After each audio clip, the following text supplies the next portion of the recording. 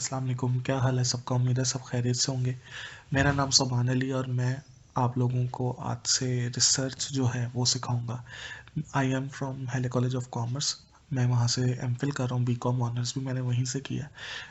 ये जो सब्जेक्ट है मैंने अपने टीचर्स जो हैं उनसे सीखा है, जिसमें सबसे पहले sir doctor Ishfaq Ahmed Janjua, doctor Fauzia Hadi Ali, doctor Sadia Farooq और डॉक्टर तैयबा यूसुफ। ये मेरे टीचर्स थे जिनसे मैंने रिसर्च सीखी है, और जो मैंने सीखा है कि मैं आपको सिखाऊंगा। बुक्स इनके लिए जो रिकमेंड है इस रिसर्च के लिए दो हैं। एक तो रिसर्च मेथड्स फॉर बिजनेस और skill building approach by Uma Sekaran 7th edition. ये उम्मे सिकरा की बुक है 7th एडिशन, और ये आपने जो है वो ले सकते हैं इस कोर्स के लिए। और दूसरा जो है वो रिसर्च मेथड फॉर बिजनेस और प्रैक्टिकल अप्रोच, ये डॉक्टर इशफाक अहमद जंजुआ की खुद की रिटर्न बुक है जिनसे मैंने रिसर्च जो है वो सीखी है। अच्छा, सबसे पहले अब रिसर्च होती क्या है। सर्च और रिसर्च में फ़र्क है, ये बात याद रखनी है। सर्च और रिसर्च के अंदर फ़र्क होता है। सर्च जो होती है, आप गूगल पे जाओ, ठीक है, टाइप करो कोई भी चीज़, ठीक है, और उसको सर्च कर दो, वो सर्च है। ठीक है, इसके लिए आप गूगल जो है उसको यूज़ कर सकते हैं, बुक्स से जाकर ढूंढ सकते हैं, याहू यूज़ कर सकते हैं, जीमेल यूज़ कर सकते हैं, चैट जीपीटी, मुख्तलिफ जो सोर्सेज हैं आप यूज़ कर सकते हैं। मतलब जो चीज़ पहले से ही हुई हुई है बस उसको जाके आपने ढूंढना है, ये सर्च है। रिसर्च क्या होता है? रिसर्च होता है किसी चीज़ की तह तक पहुंचना ताकि किसी सवाल का जवाब ढूंढ सकें, ये रिसर्च होता है। ठीक है, इसकी जो डेफिनेशन है बुक के अकॉर्डिंग वो है, it is an organize systematic database critical objective inquiry into a specific problem for the purpose of finding solution to it. बहुत लंबी डेफिनेशन है इसका, छोटा सा जो है वो मीनिंग ये है कि किसी भी चीज़ को डिटेल में डिस्कस करना या डिटेल में उसके घुस जाना है, ठीक है, ताकि उस चीज़ के अंदर जो प्रॉब्लम है उस प्रॉब्लम का हल फाइंड करना। ठीक है, ये रिसर्च कहलाता है। ठीक है, इसके अंदर हम लोग सबसे पहले डाटा को कलेक्ट करते हैं, उसके बाद उसके डाटा एनालिसिस करते हैं, उसकी मेथोडोलॉजी देखते हैं, मुख्तलिफ चीज़ों पे से गुजरते हैं और फिर हम अपने सवाल का जवाब ढूंढने में कामयाब होते हैं। रिसर्च का पर्पस क्या होता है? ठीक है, रिसर्च का पर्पस होता है नॉलेज क्रिएट करना। ठीक है, हम नॉलेज क्रिएट करते हैं तो आगे हम किसी को सिखाने के काबिल होते हैं ना। अगर किसी ने टीचिंग फील्ड में जाना है तो उसके लिए मस्ट है कि वो नॉलेज जो है वो क्रिएट करे, कुछ क्रिएट, इसलिए तो एमफिल और पीएचडी के अंदर रिसर्च होती है। ठीक है, और बीएस लेवल पे भी इसलिए आपको रिसर्च सिखाई जाती है ताकि आप आगे जो है, अगर किसी ने टीचिंग करियर परस्यू करना है या किसी ऑर्गेनाइजेशन के अंदर भी एज अ रिसर्चर काम करना है तो उसको रिसर्च की हो ना हो। ठीक है, रिसर्च हम करते हैं नॉलेज क्रिएशन के लिए। अब नॉलेज के चार सोर्सेज हैं। ठीक है, सबसे पहले है method of authority. Method of authority मतलब कि जी जिसमें अथॉरिटी हो, जिसमें हुक्म हो। ठीक है, तो इसमें क्या आएगा? सबसे पहले दो चीज़ें, रिलीजन और लॉ ऑफ स्टेट। ठीक है, रिलीजन भी अथॉरिटी रखता है, जो रिलीजन ने कह दिया हमने वही करना है। लॉ ऑफ स्टेट, रियासत का कानून जो कहेगा हमने वही कुछ करना है, हम उससे तजावुज़ नहीं कर सकते। फिर है method of tenacity. Method of tenacity का मतलब होता है सोशल नॉर्म्स, हमारी जो सोसाइटी की नॉर्म्स है। ठीक है, कि जी मर्द के लिए शलवार कमीज़ है, औरत के लिए शलवार कमीज़ है, औरत जो है वो नकाब करके रखेगी। और ठीक है, पाकिस्तान में बहुत ज़्यादा मॉडर्निज्म आ गया, लेकिन अभी इतना भी नहीं आया कि हमारी जो सोशल नॉर्म्स हैं वो चेंज हो जाए। ठीक है, फिर है method of A प्रायोरी। Method of ए प्रायोरी का मतलब है इंट्यूशन या सिक्स सेंस, यानी हमारी जो छठी हिस्सा है ना वो हमें क्या कहती है। और लास्ट है मेथड ऑफ साइंस। ठीक है, अच्छा, अब एक चीज याद रखनी है कि जो पहले तीन मेथड है ना, अथॉरिटी, टेनेसिटी और ए प्रायोरी, ना हम इसको प्रिडिक्ट कर सकते हैं ना इसको चेंज कर सकते हैं। अच्छा, ये क्या अजीब बात हुई? अजीब बात नहीं है, रिलेटेड बात है, गौर से सुनो। रिलीजन या लॉ ऑफ स्टेट आप प्रिडिक्ट नहीं कर सकते क्योंकि वो तो लिखा हुआ है। आप उसको प्रिडिक्ट भी नहीं कर सकते, आप उसको चेंज भी नहीं कर सकते अपनी मर्जी से। ना लॉ ऑफ स्टेट बदल सकता है ना रिलीजन बदल सकता है। ठीक है, जो जैसा है वो वैसा ही रहेगा। सोशल नॉर्म्स, सोसाइटी के नॉर्म्स चेंज करते करते सालों सदियां बीत जाती हैं। ठीक है, अभी भी वो मिसेज मूवी का देख लो, ठीक है, तक अभी कितनी औरतों ने चेंज किया, लेकिन अभी वो दिखाते हैं जी कई जगह पे अभी भी वही है कि जी औरत खाना पका पका मर जाए। ठीक है, फिर है मेथड ऑफ ए प्रायोरी या सिक्स सेंस। अब जो सिक्स सेंस है वो तो आपकी छठी हिस्सा है, वो तो जब आएगी तब आएगी ना, आप अपनी मर्जी से तो अपनी छठी डिजाइन नहीं कर सकते। छठी इसका क्या मतलब है कि आपकी सोच जिस वक्त आपको आनी होगी वो उसी तरह उसी तरीके से आएगी, आप उसको डिजाइन करके नहीं सोच सकते। सोच तो एक कह लो कि ऐसा फैक्टर है जो आप छठी, बल्कि छठी एक ऐसा फैक्टर है जिसको आप कंट्रोल नहीं कर सकते। ठीक है, फिर आता है method of science. Method of science जो है, अब हम इसको प्रिडिक्ट भी कर सकते हैं और चेंज भी कर सकते हैं। पहले तीन को नहीं कर सकते, लेकिन मेथड ऑफ साइंस को प्रिडिक्ट भी कर सकते हैं, चेंज भी कर सकते हैं। साइंसेस की दो टाइप्स हैं, नेचुरल साइंसेस और सोशल साइंसेस। नेचुरल साइंसेस में बायोकेमिस्ट्री फिजिक्स आती है, ठीक है, इसमें हम लोगों ने 100% एक्यूरेट रिजल्ट देना होता है, ठीक है। मेथड ऑफ साइंसेस जो है, जो नेचुरल साइंसेस हैं, उसमें एक्यूरेट रिजल्ट होता है, उसमें कोई गलती का चांस नहीं होता। अगर गलती का चांस हो सकता ना, तो आधी दुनिया मर गई होती। पता है क्यों? बायो केमिस्ट्री फिजिक्स, इन तीनों को मिला के इंसानों की दवाइयाँ और ये सारी वैक्सीन वगैरह बनती हैं। इसमें हम अगर 2% एरर का चांस रख लेना तो 200 करोड़ बंदा उड़ गया, ठीक है। बल्कि 2 करोड़ भी मैं शायद कम कह रहा हूँ, ज़्यादा उड़ जाएगा, क्योंकि हम इसमें एरर नहीं रख सकते, हमें 100% एक्यूरेसी चाहिए। वो जो डेटॉल का ऐड दिखाते हैं ना 99.99%, ठीक है, वो 0.001% भी नहीं हम रख सकते, वो तो वो वैसे ही दिखाते हैं, ठीक है, कि हम 100% क्लेम नहीं करते। लेकिन असल में 100% रिजल्ट होना चाहिए नेचुरल साइंसेस का, वरना वो नेचुरल साइंसेस ही नहीं है, ठीक है। सोशल साइंसेस, सोशल साइंसेस ऐसी साइंसेस होती हैं, ठीक है, जो कि इंसानों की साइंसेस है। फॉर एग्जांपल हमारी social studies, sociology, humanities, business, commerce, ये सारी सोशल साइंसेज हैं, ठीक है। ये जो इंसानों की फलाह बहबूद की या रोजमर्रा की जो साइंसेज है ना, वो हमारी सोशल साइंसेज होती हैं। सोशल साइंसेज के अंदर 95% एक्यूरेसी और 5% एरर का चांस होता है, क्योंकि ह्यूमैनिटीज के रिलेटेड है, हमारी सोसाइटी के रिलेटेड है, ह्यूमन के बिहेवियर चेंज होते रहते हैं, तो 5% हम एरर का चांस रख लेते हैं, लेकिन 95% हमें एक्यूरेसी चाहिए ही होती है, ठीक है। अच्छा, थ्योरी और इन्फॉर्मेशन का क्या रोल है भाई रिसर्च के अंदर? देखो, एक सिंपल सी बात है, थ्योरी जो है और थ्योरी और इन्फॉर्मेशन हमें रिसर्च की बेस प्रोवाइड करती है। हमें किसी चीज़ के बारे में इक्का दुक्का पता होगा तो हम आगे उस पर रिसर्च शुरू करेंगे ना। फॉर एग्जांपल, एक चीज़ है risk management, balance score card, firm performance, ठीक है, ये मैंने टर्म्स के नाम नहीं है। अब कुछ तो आपको इल्म होगा तो उसके बारे में आप पढ़ना या उसके बारे में रिसर्च करना शुरू करोगे ना, ठीक है। मैं कोई बिल्कुल ही नई चीज़ ला के आपके आगे रख दूँ जिसका आपको पता नहीं होगा है ये क्या है। फॉर एग्जाम्पल, मैं केमिस्ट्री या बायो वाले को जाके कह दूँ फर्म परफॉर्मेंस का पता हो, कहता भाई यह की होएगा, ठीक है, यह की होता है। हम लोग जाके कोई बायो केमिस्ट्री वाला आके हमसे पूछे कि जी बीमारी का बहुत मुश्किल सा नाम ले ले, हम कहेंगे ये क्या होता है भाई, हमें तो पता ही नहीं है, ठीक है। तो जो हमारी थ्योरी जो या जो हमारी इंफॉर्मेशन है वो हमें सपोर्ट करती है, हमें बैकग्राउंड प्रोवाइड करती है कि जी हम लोगों ने रिसर्च को लेके कैसे चलना है, ठीक है। उसके बाद आता है बिजनेस रिसर्च की टाइप्स। पर्पस की बेस पे बिजनेस रिसर्च की दो टाइप्स हैं, बेसिक रिसर्च और अप्लाइड रिसर्च।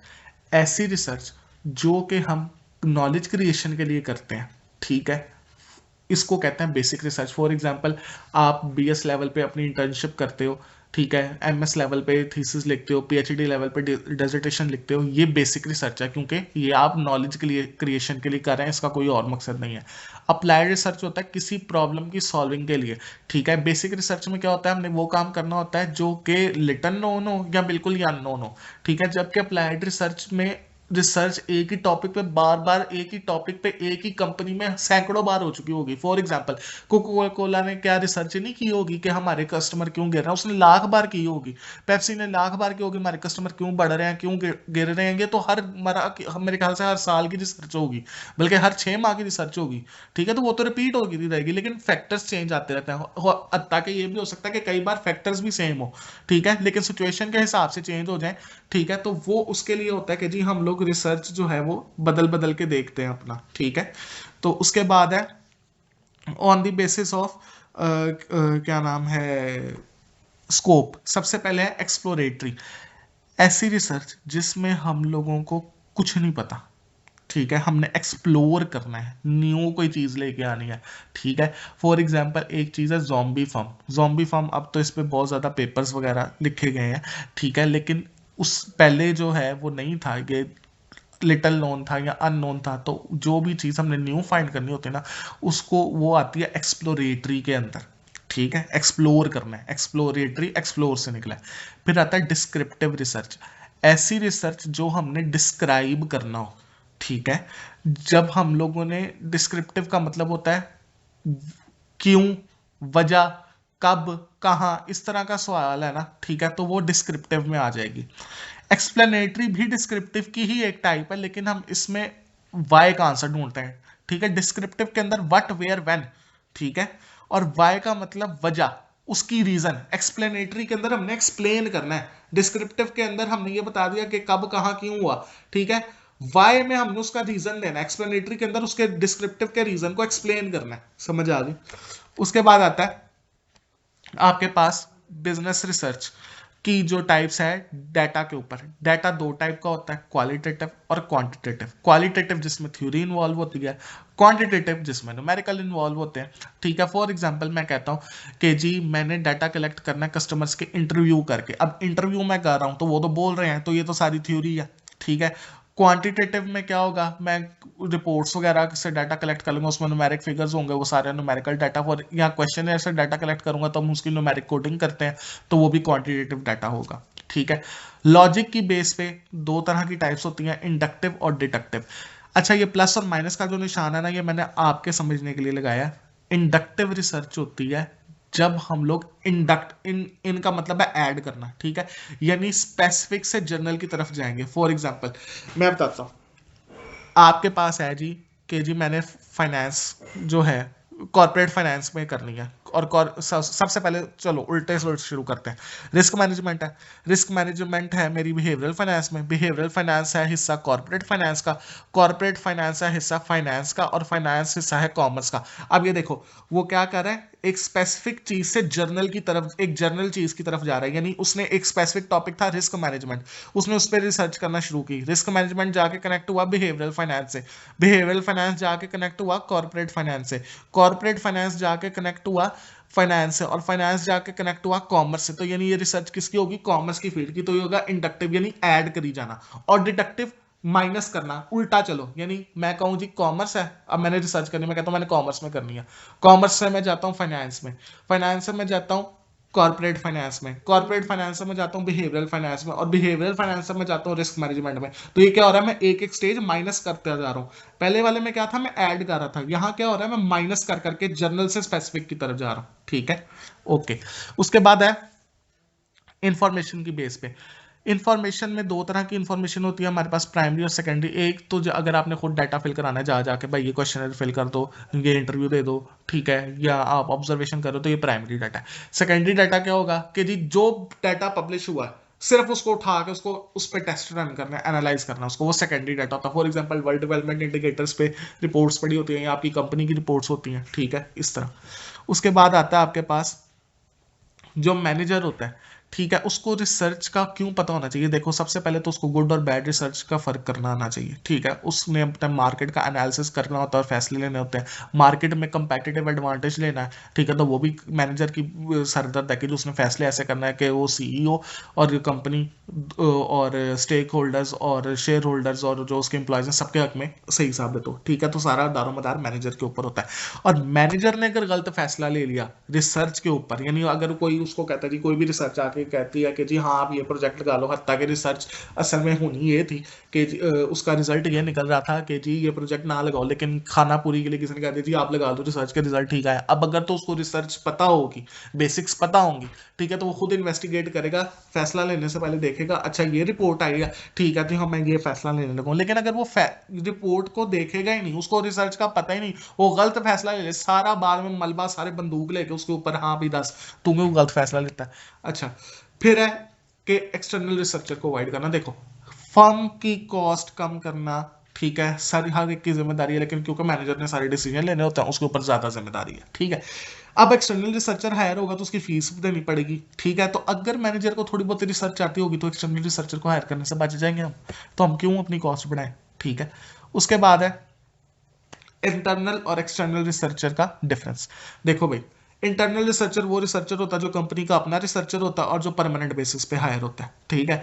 एक्सटर्नल रिसर्चर वो रिसर्चर होता है जो कंपनी विजिटिंग बेसिस पे हायर करती है, ठीक है, और ये अपना रिसर्चर नहीं होता। इंटरनल रिसर्चर की ऑब्वियसली कॉस्ट मिनिमम होगी क्योंकि हमने उसको रिसर्च के सेपरेट पैसे नहीं देने, हम उसको जो मंथली तनख्वाह देते हैं वही देनी है, जबकि एक्सटर्नल रिसर्चर के कॉस्ट ज्यादा होगी, ठीक है।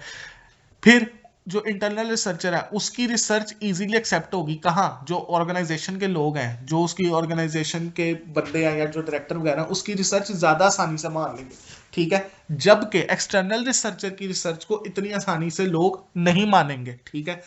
फिर जो इंटरनल रिसर्चर है, ठीक है, वो ऑर्गेनाइजेशन के रूल्स एंड नॉर्म्स को अवॉइड नहीं कर सकता, उसको उन्हीं खातों में रह के रिसर्च करनी है, ठीक है। हो सकता है कि वो कोई ऐसी गलत चीज़ देखे लेकिन उसको रिपोर्ट ना कर सके क्योंकि जी वो उसी का नमक खा रहा है, ठीक है।